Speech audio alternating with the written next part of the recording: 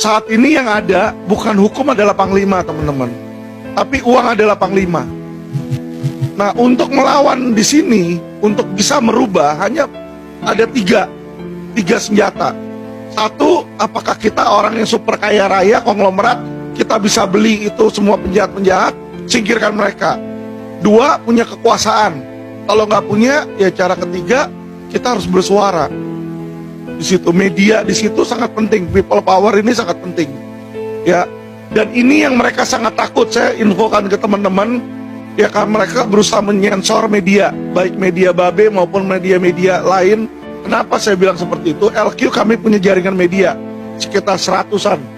Itu sudah banyak yang menerima ancaman, menerima sensor. Intinya jangan naikin berita-berita misalnya tentang Brigadir Joshua atau berita-berita yang menyudutkan.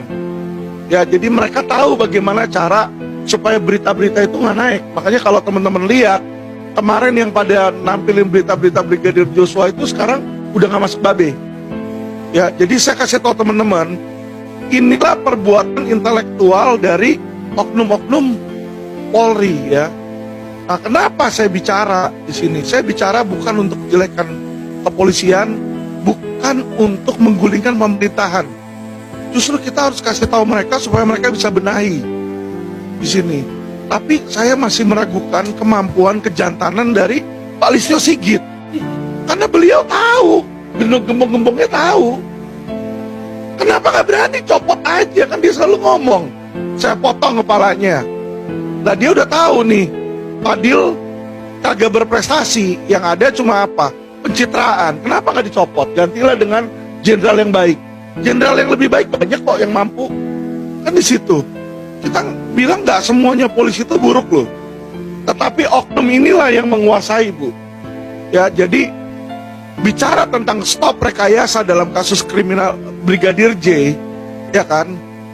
Kita hanya bisa menang apabila masyarakat bersatu, itu aja. Kenapa? Saya kasih tahu teman-teman, penyidikan ini sekarang ini cuma bahan bakunya.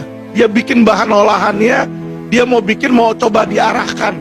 Contoh, diarahkan misalnya dari 340 berencana jadi 338 pembunuhan seketika, sehingga ancaman bisa turun di situ, ya.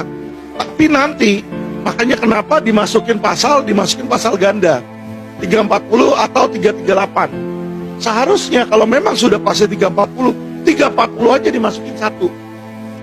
Jadi saat ini institusi kepolisian itu sedang dikencingin oleh penjahat-penjahat.